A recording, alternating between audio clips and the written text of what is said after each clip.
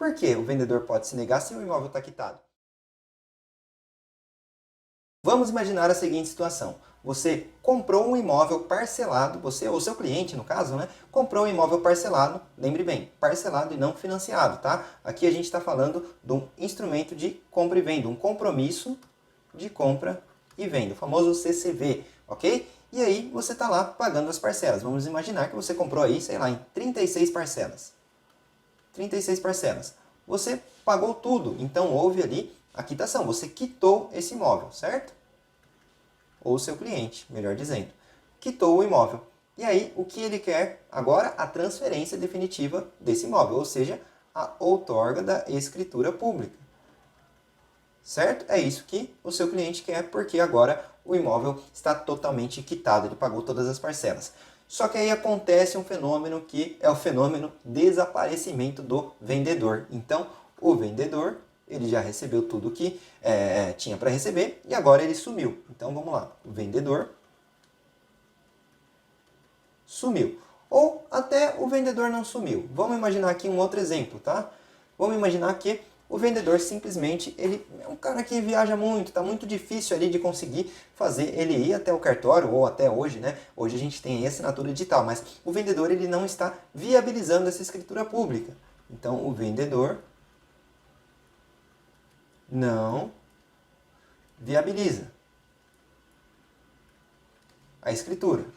Vou colocar assim, a escritura, um ezinho com traço embaixo, ok? Para abreviar. Então, temos duas situações aqui. Vamos imaginar, então, uma terceira situação. Vamos imaginar, tudo isso pode chegar do seu cliente para você, tá? Nessa terceira situação, o vendedor, ele se nega. Então, aqui, ó, vendedor se nega. Por que o vendedor pode se negar se o imóvel está quitado? Por N motivos, pessoal. O vendedor pode entender que ainda não está totalmente quitado, pode entender isso, porque teve aquela parcela, a parcela número 10 lá atrás, você acabou esquecendo de pagar, pagou com quase um mês de atraso, né, e não pagou agora os juros dessa parcela, por exemplo, tá? Como eu falei, N motivos ali que o vendedor pode se negar simplesmente. Ou às vezes ele não quer ter o trabalho e ali ele acaba assumindo, né, ou se nega. Então, três motivos aqui que podem mesmo acontecer. Eu já vi acontecer, tá? Então, três motivos aqui. Vamos até imaginar um quarto motivo, então. O vendedor não viabiliza a documentação. Vamos imaginar que precise de uma documentação necessariamente aí do vendedor. E aí tá só com ele, só ele consegue e ele não viabiliza, tá? Então aqui, ó, não viabiliza, vou abreviar, documentação. Ora, quatro motivos aí que podem acontecer e aí a escritura não é outorgada. Então, seu cliente ele tem um imóvel que já está quitado ali no compromisso de compra e venda, mas ele não consegue transferir para o nome dele. O que vai acontecer? Ele vai procurar você, né? Então aqui, ó, um advogado para resolver o problema dele.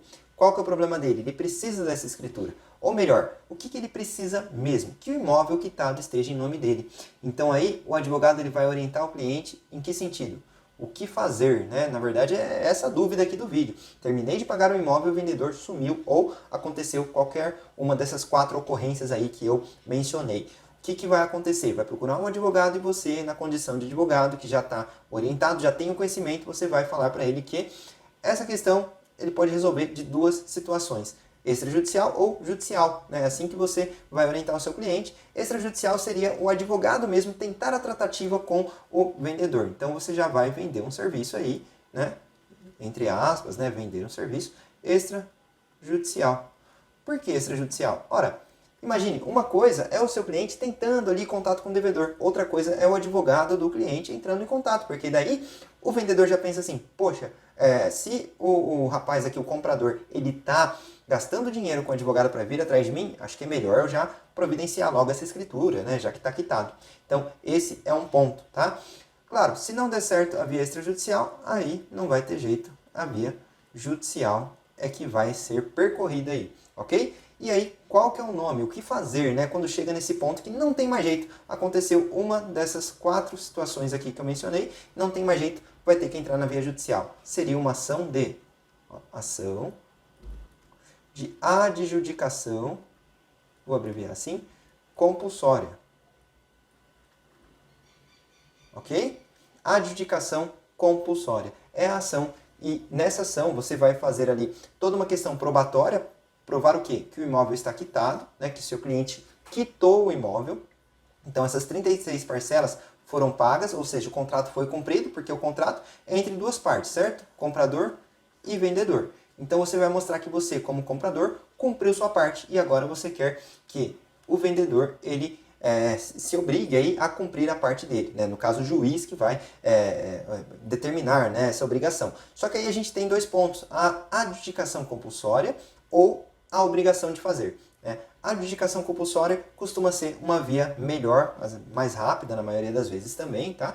Para que o seu cliente, o comprador, consiga já a transferência desse imóvel. Por quê? Porque daí o juiz ele já pode emitir um documento que vai substituir a escritura. Então, essa carta de adjudicação compulsória do juiz, ela é registrável na matrícula para dar a transferência do imóvel. Então, aí você não tem mais o caminho da escritura. Ah, então peraí, então o vendedor sai bem nessa? Claro que não, né, pessoal? Na verdade, o vendedor ele vai ter uma coisinha chamada sucumbência. Vou abreviar assim, certo? Sucumbência. Por quê? Fora outros danos aí, né? Pode ser que tenha havido aí até um outro dano maior no meio do caminho. O que eu quero dizer? O vendedor vai perder dinheiro, necessariamente vai perder dinheiro, porque vai vir essa decisão, dando essa carta de adjudicação compulsória, né? Logicamente, se a ação estiver bem instruída, se tiver com todas as provas ali, posso até fazer um vídeo falando mais detalhes aí sobre essas provas, tá? Mas aqui, a ação estando tudo certinho, o juiz vai julgar ela, né, a favor do comprador e vai emitir esse documento. O comprador vai registrar na matrícula, vai se tornar dono do imóvel e, eventualmente, dependendo do caso, pode ter até um dano material, que seja dano moral aí, tá? Decorrente dessa inércia do vendedor em outorgar a escritura pública, ok? Então é isso que você vai fazer. Você tem dois caminhos aqui para orientar o seu cliente e aí, se o caminho for a via judicial, essa seria a ação adequada, ok? Como eu falei, posso fazer um outro vídeo falando mais especificamente sobre as provas dessa ação, certo? Espero que tenham gostado do vídeo, obrigado e até a próxima.